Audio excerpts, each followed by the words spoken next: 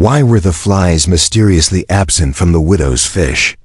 In this chilling folktale, we delve into the secrets she kept, unraveling a tale of superstition, envy, and the chilling truth behind her unusual ability. The village of Ezeochi lay in the heart of a sun-scorched valley where summer came like a punishment. The sun sat above like a furious eye, burning the thatched roofs and baking the mud walls until cracks formed like veins of thirst across every home. In these months, meat turned foul within hours, fruit withered before ripening, and the fish rotted before dusk. Every morning, fishermen returned from the river with baskets of tilapia and catfish, their bodies still twitching with the ghost of the current. But before the sun reached its cruel peak, the flies came. Clouds of them. They hovered, landed, laid, buzzed, and consumed. Even the cleanest households had to fan their fish constantly, or bury them under layers of smoked leaves and pungent ash. The air was thick not only with heat, but with the sour stench of decay that hung over the market like a warning. The women fought back with herbs, fire, and hope, but the flies always won. In this cycle of spoilage and struggle, the people of Ezeochi knew one truth. If you did not sell your fish by noon, you might as well feed it to the goats. The elders blamed the gods for the pestilence, while the young men blamed the river for warming. But regardless of the reasons, everyone agreed. The flies were merciless, and no one, absolutely no one, could escape them. That was, until one woman quietly did. Her name was Nwabulu, and she had lived on the far edge of the village since her husband died 5 years ago. Her compound was modest, just 2 round huts, a broken fence, and a mango tree with more bark than fruit. She didn't speak much, didn't attend gatherings, and no one had seen her cry the day her husband's body was pulled from the river, wrapped in fishing net, like a cursed bundle. Most thought the grief had hollowed her out, that her silence was simply mourning stretched over years. She sold fish like the others, small piles wrapped in palm leaves, laid neatly on a raffia mat under her faded umbrella. But unlike the other sellers, flies never touched her fish. Day after day, under the same sun and heat, her fish remained fresh, glistening as though just caught, with not a single buzz or wing in sight. At first, people ignored it. Perhaps luck had smiled on her, or maybe she sold quickly. But when even the greedy flies skipped over her stall while swarming others, suspicion brewed. Children whispered and mothers clucked their tongues. A girl once dropped her fan in shock, staring at Nwabulu's fish while her own were black with flies. Not even one? She muttered under her breath. And as the days passed, more eyes turned to the widow with questions that had no answers. The widow's mystery became the flavor of the season. In the open market, when haggling slowed and sweat dripped from brows, conversations always turned to her. "Do you think she uses poison?" One woman whispered. "No," another replied. "I heard she prays to the river spirits." Some said she buried charms under her mat. Others believed she smeared something on her fish, some secret concoction learned in the dark days of widowhood. A few even claimed they saw her mumbling incantations to the morning sun. Children dared one another to sneak close to her stall and watch her movements. Once, a teenage boy claimed he saw a lizard crawl into her basket and leave unharmed a clear sign. He said that she was protected by something unnatural. The whispers became louder, and the laughter faded. Traders started to avoid placing their stalls near hers. Even her neighbors, once cordial, began crossing the road to avoid her gate. She remained calm through it all, her back straight, her head wrapped in the same gray cloth, her hands folding and unfolding palm leaves with practiced grace. The flies stayed away, but the rumors multiplied like ants on fallen fruit. Then came the elders, seated beneath the giant Iroko tree, where judgment was often passed with slow voices and older eyes. They had heard enough, and they too were puzzled. This was not just strange, it was disruptive. In a village governed by balance and nature, a woman who broke the rules of decay upset more than just gossip. It threatened the belief system, rhythm of seasons, the way things were supposed to rot and renew. They called it unnatural, possibly dangerous. If she truly held power over flies, what else might she control? Thunder? Sickness? Souls? The chief's wife suggested she be watched. A local herbalist proposed they test her fish. Someone even asked if she could be cursed herself, the spirit of her dead husband living through her to ward off insects. The discussion circled like vultures over a secret, and by the end, it was decided her mystery would not go unchallenged any longer. But while the village boiled with suspicion, Nwabulu remained unmoved. Every morning, she walked to the riverbank with her basket and returned with fish that gleamed like silver coins. She prepared them in silence, humming low songs only the trees could hear. She sold without fuss, collected her coins, and vanished before the sun dipped too low. But her eyes, if one looked close enough, held stories. Not fear, not pride, but memory. She seemed to carry something older than rumors, deeper than superstition. Some days, she lingered by her mango tree long after the market had closed, watching the horizon with a kind of knowing sadness. And though the flies still refused her fish, none dared ask her why. Not yet. By the time the new moon rose over Ezeochi, the widow's fish had become more famous than the fishermen who caught them. Villagers started avoiding her stall during the day, but secretly observed her at dawn, peering through door cracks and woven fences to watch her return from the riverbank, her bamboo basket covered in cloth. Some swore she walked barefoot, even over thorns without flinching, and that the water never left her clothes wet. But no one dared confront her directly. Instead, suspicion grew legs. Mothers began forbidding their children from playing near her gate. One morning, a goat broke into her compound and dropped dead the next day, instantly sparking a new wave of whispers. "She feeds the flies to spirits," one man declared. "Her fish don't rot because they are already cursed." People forgot her kindness, her grief, and the way she once gave her only fish to the sick during a drought. In Ezeochi, blessings that looked too strange were never trusted. The widow, in her silence, had become something too clean for a dirty world, and that frightened them more than decay ever could. The market women, once her peers, now spoke of her in lowered tones and folded arms. They stopped greeting her and rearranged their mats to keep a wide space between her stall and theirs. She had become an island inside the market, one where no one wished to dock. It wasn't envy alone that fed the fear. It was confusion wrapped in old beliefs. In a land where even the chickens were blessed with palm oil before festivals, and twins were once left in forests for being unnatural, there was little room for unexplained order. That her fish remained untouched while theirs turned green by mid-morning felt like defiance to the spirits. One woman threw a handful of ashes across her stall one day, muttering that it would expose whatever she's hiding. But the only thing that happened was silence and more perfectly fresh fish glistening under the sun.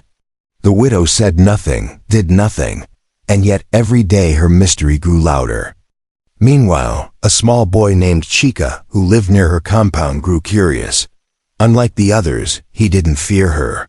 His father had once been healed by herbs the widow had recommended, and he often saw her talking softly to her chickens, feeding them maize with the same care she gave the river. So one morning, before the sun cracked the sky open, Chika hid behind her fence, peeking between the bamboo slats as she prepared for the day. What he saw shocked him, not black magic, not spells or smoke, but the widow, crouched under her mango tree, carefully unwrapping small bundles of dried leaves and sprinkling them into the basket where she'd soon place her fish. She did it with rhythm, like a ritual not of fear, but of practice and habit. Chika leaned closer and caught the smell. Something earthy, sharp, almost bitter. It wasn't witchcraft, it was something botanical. He didn't understand what it was, but he knew it wasn't dark magic. Still, he stayed silent. In a village that feared its own shadows, truth often got swallowed by stories that tasted better. That evening, Chika told his grandmother what he had seen, hoping to calm the noise in the air. But the old woman frowned and shook her head. "Don't speak of what you don't understand," she warned. "People believe what they are ready to believe." And true to her words, by the next morning, the whispers had morphed into something more dangerous. Someone claimed they saw the widow speaking to the wind. Another insisted her late husband still roamed the river at night, guarding her stall. The air grew heavy with fear disguised as morality. One elder even suggested a ritual cleansing of the market, in case her presence attracted misfortune. The widow remained silent through it all. But even silence can echo like thunder if the ears listening are looking for monsters. And so, the widow carried her basket through the market like always, her eyes lowered, her face unreadable. But beneath her calm, something was shifting. She could feel the stares digging deeper, the rumors growing teeth. The distance between her and the village wasn't just physical, it was spiritual now. The same people who had once eaten her fish without question, now treated her like a ghost. But Nwabulu knew something they didn't. She had spent years alone with nothing but grief and herbs. She had learned what leaves repel flies and how to wrap fish in the scent of roots that mask decay. She had studied what nature offered to those who listened, yet she said nothing. Because sometimes knowledge in the hands of the wrong ears becomes a curse. So she stayed quiet, even as the villagers sharpened their tongues. But deep in her heart, she knew that truth always arrives sometimes late, sometimes dressed as thunder. The heat that summer felt different, as if the sun had become a participant in the rumors, pressing down harder on the village like it too wanted to expose the widow. People said it was because she had disturbed the balance. The old women muttered that flies were nature's way of reclaiming flesh, and if they weren't doing their work, it meant something was deeply wrong. One night, a storm came out of nowhere, blowing the roof off 3 huts and tearing the elder's shrine door off its hinges. A baby cried until dawn, and a farmer lost 2 goats to snakebite. And what did they blame? Not the season, not bad luck, not the carelessness of men, but the widow and her cursed fish. "The spirits are angry," one man proclaimed under the village tree, "and their silence is louder than thunder." In a community already tied tight by superstition, all it took was one finger pointed at a shadow to turn it into a monster. And Nwabulu had become that monster. With fear thick in the air, envy found room to grow. For many women in the market, the widow's mystery wasn't just strange, it was offensive. How could a woman without a husband, without children, without status live so untouched by rot and ruin? While their fish blackened before noon, hers stayed fresh like river pearls. Their envy fed the fire. They told stories at night, their voices wrapping around children like spiderwebs tales of women who used spirits to keep their homes clean, who bartered their souls to keep decay at bay. One woman claimed that when her baby stared at the widow's stall, he cried for hours. Another said her dreams were filled with the image of fish eyes watching her. These were not lies born of hate, but of desperation. In Ezeochi, when you are poor, and another's peace looks too perfect, fear is easier to hold than admiration. The village priest was next to speak. He had stayed silent, observing like a crocodile beneath still water, but now the pressure was too much. Things seen and unseen must be balanced, he warned one morning at the shrine, while women brought offerings of kola nuts and alligator pepper. He did not name her, but everyone understood. The priest lit incense and waved cowries over carved idols, claiming the spirits were disturbed by something unnatural. He called for a night of cleansing, a spiritual gathering where everyone must attend, and the cause of the imbalance would be revealed. It was to be held by the river, under the eyes of the gods. Some cheered, some trembled, but all eyes quietly drifted to the widow's compound. And for the first time, even the bravest among them wondered, what if she really had made a deal with death? The night of the cleansing arrived with an eerie silence. The crickets that usually sang seemed muted, and even the wind was still. Villagers gathered in a circle near the river, flames from oil lamps casting long shadows on the ground. The priest chanted, the herbalist threw herbs into the fire, and the air filled with smoke and fear. When the widow finally arrived, walking calmly with her basket in hand, a visible shiver moved through the crowd. She placed the basket down without a word. The priest stepped forward, holding his staff. "If there is impurity among us," he said, "let the spirits expose it." Silence. A baby cried. Somewhere, a dog barked once and then stopped. The priest threw powdered chalk into the fire and stared into the smoke. When he looked back at her, his face was unreadable. Then slowly he walked away. No curse, no exposure. Just a silence so deep it felt like the earth was holding its breath. But the damage had already been done. The villagers left in silence that night. But the silence was not peace, it was fear pushed deeper into the bones. Some said the spirits were too scared to touch her. Others claimed she had cloaked herself with something darker than their chance could reach. And while the priest said nothing publicly, he never passed her gate again. The widow had not spoken a word, and yet the world had painted her in colors of the unknown. Children avoided her path. Market women crossed their arms when she passed.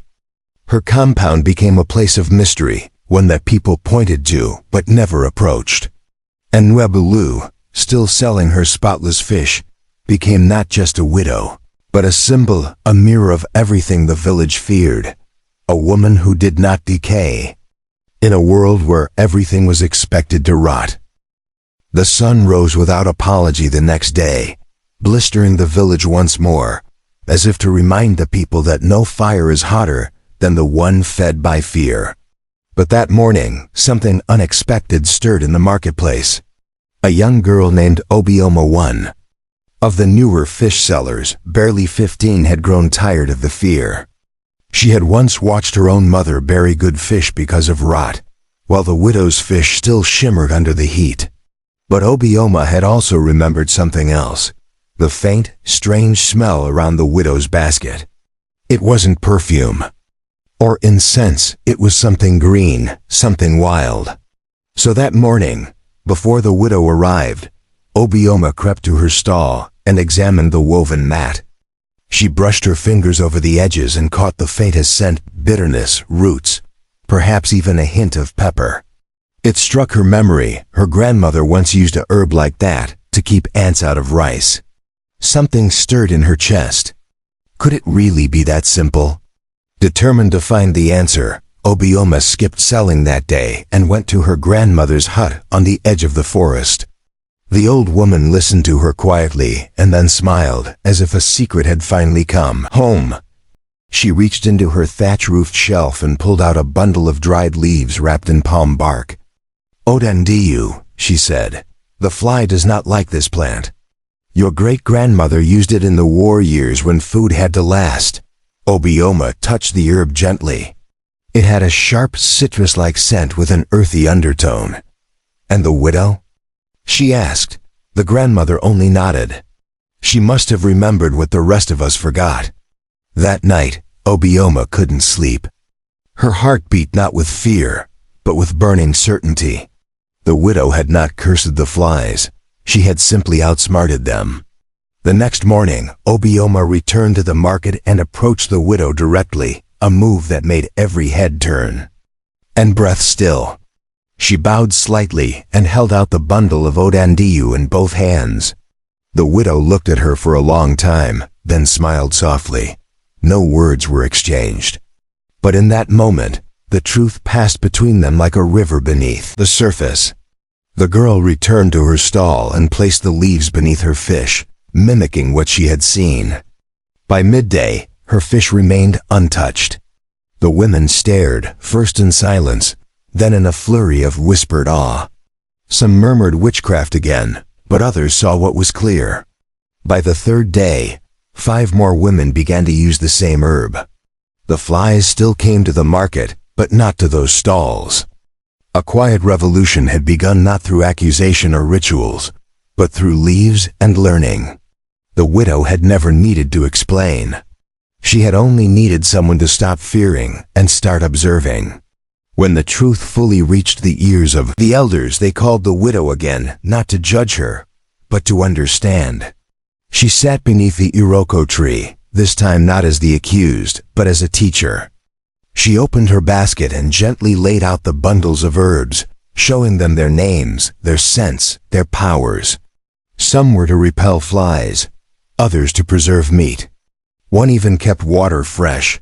The elders listened, ashamed but humbled. Priest kept his eyes low. And the villagers who had once avoided her like a curse, now followed her like a whisper in the wind. The widow's silence had been her defense, but her knowledge was now her redemption. She had not hidden a secret, she had carried a forgotten truth, passed down by women who knew how to survive when the world was too harsh to care. As the rains returned and the heat softened, the flies retreated. But what remained was not just clean fish, it was clarity. The widow, once feared and isolated, was now a symbol of wisdom reborn. She never sought power. She never raised her voice. She had simply remembered what others chose to forget. And though some still carried guilt for how they treated her, she held no grudge. Instead, she began teaching young girls in the evenings, sharing the herbs, the stories, the survival. Her mango tree bloomed again, and every market day, her stall remained a little brighter. The widow had never asked for attention. She only wanted to be left in peace. But in a village where fear once reigned, her calm became a cure, and her secret a lesson. Not all mysteries are made of magic, some are made of memory. Long after the whispers died and the flies returned to other stalls, the tale of Nwabulu, the widow who never had flies on her fish, became more than a story in Ezeochi. It was now a thread in the fabric of village wisdom. Children were told her story not with fear, but with awe. Her name became a symbol in songs sung by young girls pounding yam in the moonlight. Elders spoke of her around fires when strangers came seeking tales of the old ways. They no longer spoke of curses or spirits when they told her story.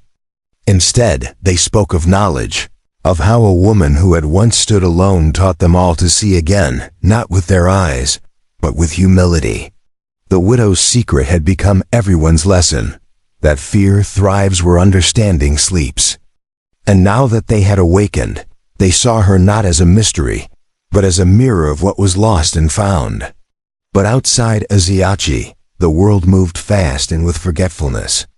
Refrigerators came. Plastic bags replaced palm leaves.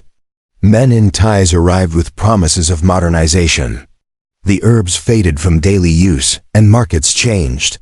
Yet even as technology replaced tradition, one thing remained: the respect for the woman who had once calmed flies with forgotten leaves. Students from the city visited her hut, asking about indigenous preservation. Journalists snapped photos of her under the mango tree, still calm, still humble. She always welcomed them with boiled maize and silence. She told them only what mattered. Look, smell, learn, remember. She never sought credit. She simply tended to her garden, her herbs, and her memory. And those who truly listened walked away changed, not because they met a widow, but because they encountered wisdom wrapped in simplicity. In time, her mango tree grew taller than any roof in the village. Children came to sit beneath its shade during the hottest days, and mothers would leave small gifts by its roots, tiny tokens of thanks for the lessons passed down. Her small evening classes with girls became weekly village gatherings. Boys joined too. They learned how to prepare odandiyu, how to dry food without rot, how to live in tune with nature instead of fearing it. Slowly, the line between folktale and truth blurred. Was she still a widow with a basket, or had she become something more? A keeper of balance. A silent priestess without a title. Not because she demanded it, but because she earned it, leaf by leaf, truth by truth. And so, the community grew not only in skill, but in spirit. Because they had once nearly destroyed what they feared, and now they protected what they understood. The story spread beyond Ezeochi, shared across other villages and towns past, through markets, firesides, and even radio stations. But as with all folk tales, the version people told depended on what they wanted to believe. Some said she had magical powers. Others swore she was the reincarnation of an ancient herbalist. A few romanticized her as a lonely widow who had befriended river spirits. But the truth sat quietly in the corner, sipping from a calabash, smiling with patience. Nwabulu never corrected them. Why should she? Folktales have their purpose, but they all begin somewhere real. And her truth had already done what many leaders failed to do. She had planted knowledge, restored dignity, and exposed fear for what it was, a shadow waiting for light. Years later, when she passed on, the mango tree dropped all its fruit in a single night. Some said it was mourning, others said it was gratitude. The village held the biggest funeral it had ever known, not for a widow, but for a woman who had quietly rewritten the rhythm of their lives. And every season after that, when the heat returned and the flies circled, the people of Ezeochi remembered. They remembered how fear once blinded them, how knowledge saved them, and how a woman with nothing but a basket and memory gave them everything. So now, when someone in Ezeochi faces suspicion or stands alone, the elders say, "Look again. Don't let fear eat what wisdom can preserve." And somewhere in the breeze, just beyond the market noise, it said you can still smell the faint, bitter scent of odandiu, reminding all that not every mystery is meant to frighten. Some are meant to teach.